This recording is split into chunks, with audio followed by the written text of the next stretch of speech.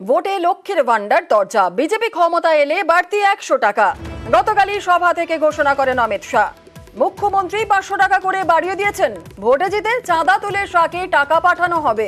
প্রচারে কেন্দ্রীয় স্বরাষ্ট্রমন্ত্রীকে আক্রমণ অভিষেকের। ये ममता दीदी कहती है कि भाजपा वाले आएंगे तो लक्ष्मी भंडार योजना बंद कर देंगे। मैं आपको बताकर जाता हूं, भाजपा कोई भी योजना बंद करने वाली नहीं है। हम लक्ष्मी भंडार योजना में 100 रुपये ज्यादा बढ़ाकर दीदी लोगों को भेजने वाले 100 रुपये।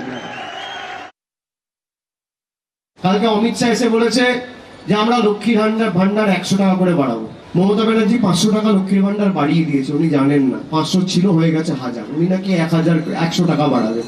এই বিজেপিকে সাফ করার পর যারা কাজ করেন বা যারা ব্যবসা করেন, জুন মাসের শেষে, জুন মাসের প্রথমে সরকার বদল হবে, সবার মাইনে থেকে 100 টাকা করে কেটে অমিত শাহকে পাঠাবে। এই বাংলাকে কিনতে চায় 100 টাকায়।